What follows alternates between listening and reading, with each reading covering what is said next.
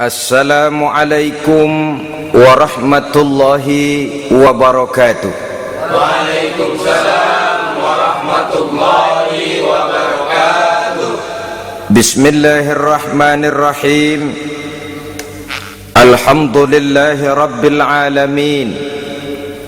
Wassalatu wassalamu ala ashrafil anbiya'i wal mursalin, Sayyidina wa maulana Muhammadin wa ala alihi wa ashabihil mujahidin at-tahirin, amma ba'du. Saudara-saudara kaum muslimin seiman dan sekeyakinan yang berbahagia, pada suatu hari seketika sedang berkumpul dengan para sahabat, Rasulullah pernah memberikan peringatan. Beliau bersabda, yushiku an tada'a alaikumul umamu kama tada'al akalatu ala qas'atiha. Pada suatu saat nanti akan datang di tengah-tengah kamu, wahai umat Islam, di mana orang-orang lain di sekeliling kamu akan bersatu mengerubungi kamu seperti bersatunya orang-orang mengerubungi makanan di atas meja hidangan. Akan datang satu saat nanti di mana kondisimu dikepung sedemikian rupa, yang barat mau menerkam, yang timur mau menghantam, yang selatan mau menginjak-injak, yang utara pun akan menjelajah. Kondisimu seperti makanan di atas meja hidangan. Sebagian sahabat merasa heran dan terkejut, lalu mereka bertanya, amin qillati nahnu yauma izin ya Rasulullah, apakah jumlah kami pada waktu itu sedikit ya Rasul, kami sampai dikepung sedemikian rupa? Beliau menjawab, bal antum yauma izin katsir, sama sekali tidak, kamu tidak sedikit pada saat itu, bahkan jumlahmu sangat banyak, kamu adalah mayoritas.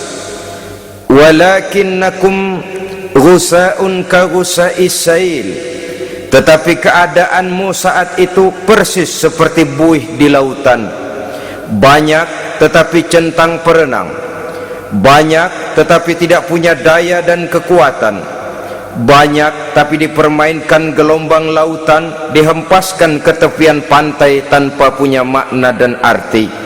Kondisimu pada saat itu kuantitas yang tanpa kualitas, sehingga orang lain enak saja mengepung kamu.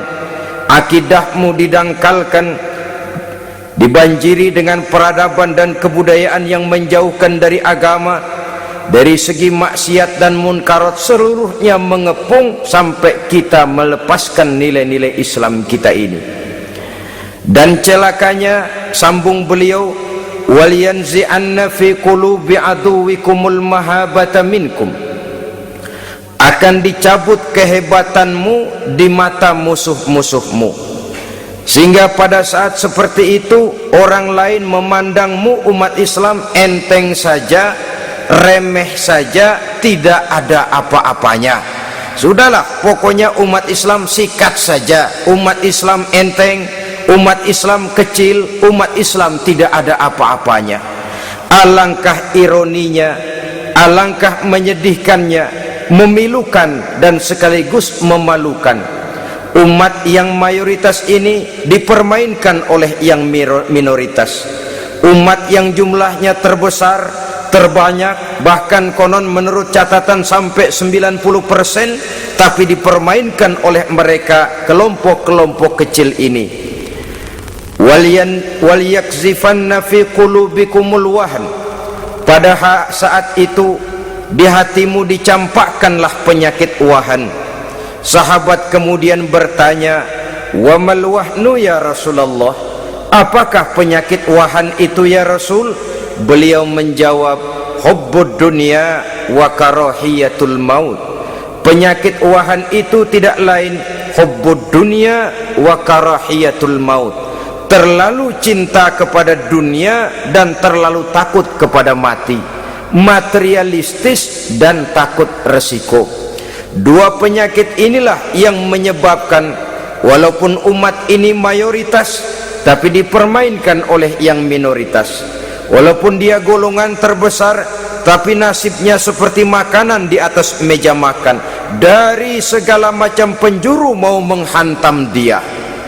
Saudara-saudara kaum muslimin yang berbahagia, ini merupakan analisa sosial bahwa pada satu saat nanti akan terjadi di tengah-tengah umat di mana kita dihantam dan diserbu dari segala macam penjuru. Akidah didangkalkan, peradaban dan kebudayaan dirusak, makanan dan minuman diracuni, pakaian ditelanjangi dan lain sebagainya, sampai kita melepaskan nilai Islam yang kita cintai ini. Kondisi sosial ini satu saat akan datang kepada kita. Demikian analisa dan peringatan dari Rasulullah sallallahu alaihi wasallam. Marilah sekarang kita melihat, adalah benar bahwa di zaman sekarang kita insya Allah tidak akan mengalami perang Badar sehebat yang pernah dialami oleh Rasul dan para sahabatnya. Tetapi sesungguhnya perang yang kita hadapi di zaman sekarang ini tidak kalah hebatnya dengan perang Badar, tidak kurang dahsyatnya dengan perang Uhud, tidak kurang ngerinya dari perang Khandaq. Hanya saja yang kita hadapi sekarang ini bukan ujung pedang, bukan ujung tombak, bukan ujung panah. Yang kita hadapi sekarang ini adalah perang akidah, perang ideologi, perang mempertahankan keyakinan. Yang kalau kita kalah sekarang, kita memang masih beragama, tetapi anak kita, cucu kita, generasi yang akan hidup 5, 10, 20, 30 tahun yang akan datang, wallahu a'lam bissawab. Islam, saudara-saudaraku, tidak mungkin hilang dari dunia, tetapi tidak mustahil Islam gulung tikar dari desa kita, tidak mustahil Islam gulung tikar dari kampung dan kota kita, jikalau kita tidak menjaganya, jikalau kita tidak memeliharanya, bahkan jikalau kita tidak mewariskannya kepada anak-anak kita, generasi yang akan datang. Marilah kita mengingat sejenak bagaimana Islam di Spanyol yang pernah jaya, pernah mewarnai daratan Eropa, dan yang sekarang hanya sekedar tinggal ceritanya saja. Ini pernah diperingatkan oleh Rasul dalam satu hadis, sayati ala ummati zamanun la yabqal Islam illa ismun wala minal Quran illa rasmun. Akan datang satu masa di tengah umatku di mana pada masa itu Islam ada tapi hanya tinggal sekedar namanya saja, dan Quran pun ada tapi cuma sekedar tinggal tulisannya saja.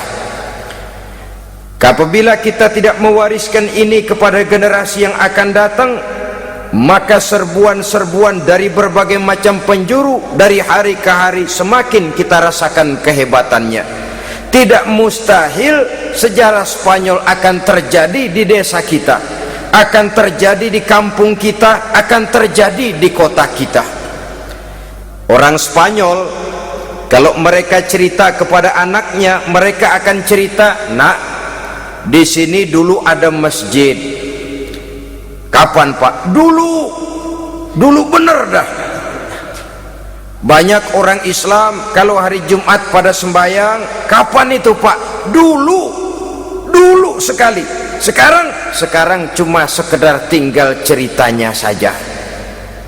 Bukankah sesuatu yang sangat tidak mustahil apabila kita tidak menjaga dan mewariskan Islam ini kepada generasi yang akan datang? Maka serbuan-serbuan akan membawakan hasil yang diinginkan oleh para penyerbu itu tadi.